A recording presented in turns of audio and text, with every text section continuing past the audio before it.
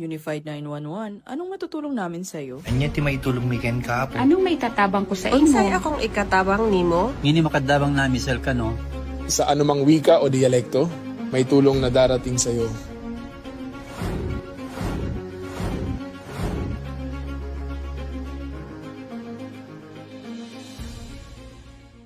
Lilingkod sa bawat Pilipino at magbibigay ng tamang impormasyon para sa tahimik at maayos na Pilipinas. Police News Network, alagad ng batas, tagapagtaguyod ng balitang pulis, sandigan ng mamamayan, patnubay ng katotohanan.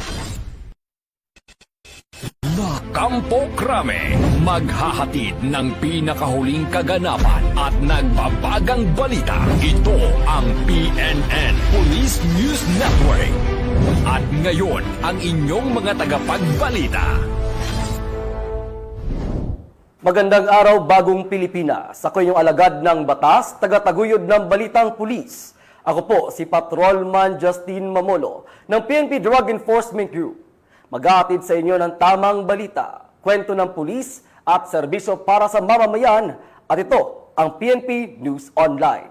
Ang pangunahing balita ng Police News Network. Alagad ng batas, tagataguyod ng balitang pulis.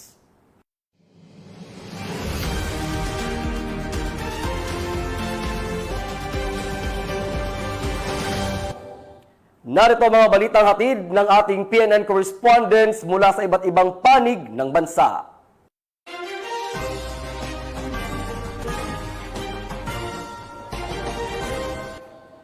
Walang kawala sa kamay ng batas ang 4 na individual sa drug bypass operation ng mga otoridad sa Iloilo City.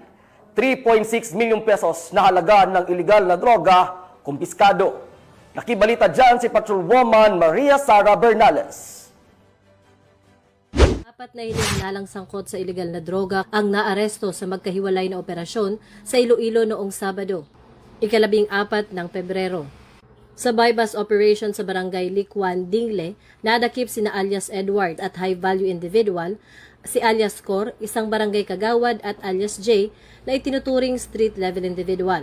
Na-recover sa kanila ang tinatayang 310 gramo ng hinihinalang shabu na nagkakahalaga ng 2.1 milyon.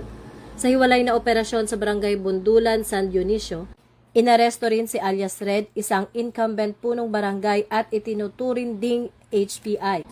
Nasamsam mula sa kanya ang humigit kumulang 222 gramo ng hinihinalang shabu na may halagang 1.5 milyon.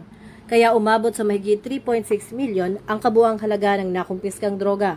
Naharap na ngayon ang mga suspect sa kasong paglabag sa Republic Act 9165 o ang Comprehensive Dangerous Drugs Act of 2002. Ito ang bagong PNP para sa bagong Pilipinas, serbisyong mabilis, tapat at nararamdaman. Maraming salamat, Patrol